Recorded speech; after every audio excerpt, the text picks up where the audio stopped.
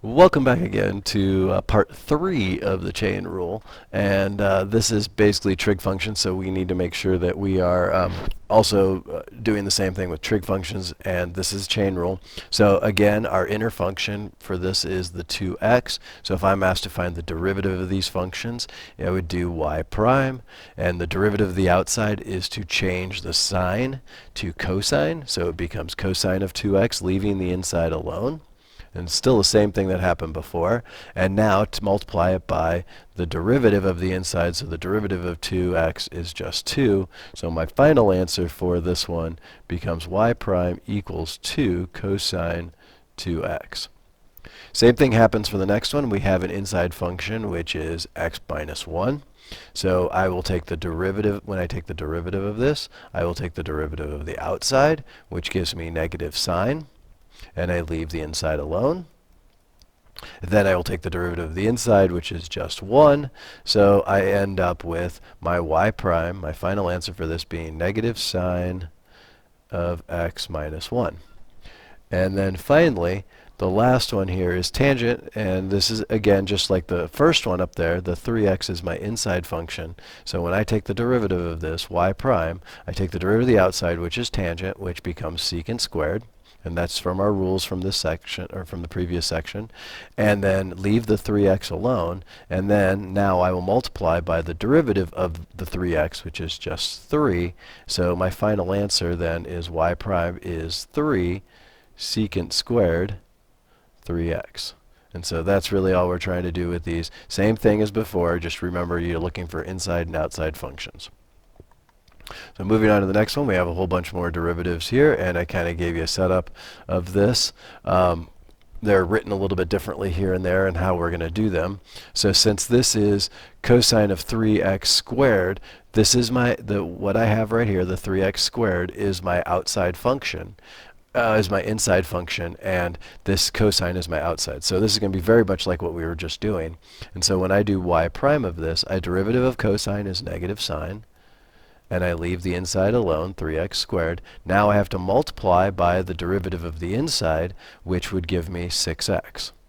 So just to get my answer in a form that looks a little bit better, y prime comes out to be negative 6x sine of 3x squared.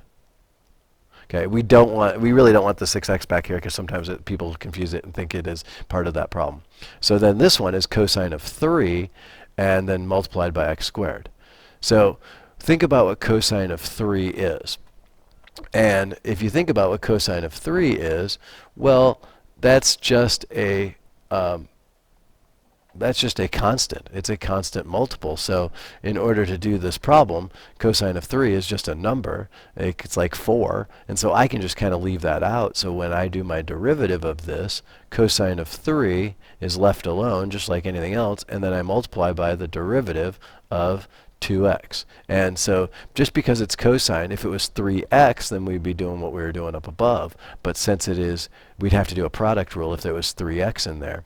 But since it's just cosine of 3, that's a constant, that's a number. And so it's like 4 times x squared. What do? You take the derivative of x squared and multiply it by the 4. So that's where I'm getting my answer from. And I'm just going to rewrite this as 2x cosine of 3. And so that's basically what we're looking for this one. The next one, it's 3x squared, where the whole thing is squared, so it really could be written as 9x squared. And by writing it as 9x squared, it's very much like the problem we just did up top up here in A. So following that, we're just going to say the derivative of the outside is changing cosine to negative sine x, sine of what it is, so 9x squared. And so probably when you see something like this, your best bet is to change it to the form that I have written there. And then the derivative of 9x squared turns into 18x. So my final answer for this one is negative 18x sine of 9x squared. And so this is just kind of illustrate that sometimes it's better to change the form of them to make things a little bit easier for us to understand. So then the next one, we usually write it as cosine squared x to represent cosine x squared. And so by writing it this way, sometimes people get confused and don't realize that this 2 is really an outside function, and cosine of x would be my inside function. So following my chain rule for this one, when I do y prime, derivative of the outside is 2, leaving the inside alone, so leaving cosine x alone, and then taking the derivative of the inside, which would be negative sine x. And so my final answer for this one becomes y prime of negative 2 sine x cosine x, and you could write it as negative 2 cosine x sine x. It doesn't really matter, but I just moved them around a little bit, so no big deal. And so then the last one, when we take the square root of the cosine, again, this is just like d. We're going to go through and we're going to take the derivative of the outside times the derivative of the inside. So since it's 1/2 this time, when I take y prime, I'm going to say 1/2 times the cosine of x, now raised to the negative 1/2 power, and then I get to multiply by negative sine x, which is the derivative of just the cosine. And so my final answer for this, when I get it all simplified, is going to be negative sine of x on top all over 2 times the cosine of x, and I could either write it underneath the square root or I could use parentheses for the 1/2, and I like the parentheses of 1/2, so that's what I'm going to use. So moving on to my final example, they're asking us to find the derivative of the following function, and this is kind of a combination of what we were just doing. And so by taking the derivative of this, I noticed that I could write this function, if I wanted, sine of 4t cubed.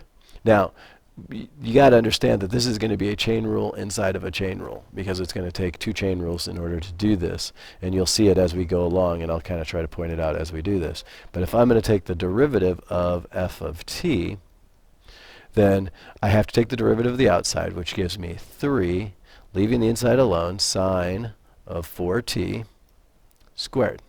Now, when I take the derivative of the inside, it's going to take another chain rule to do it, because, well, this time the outside function of the sine of 4t is sine.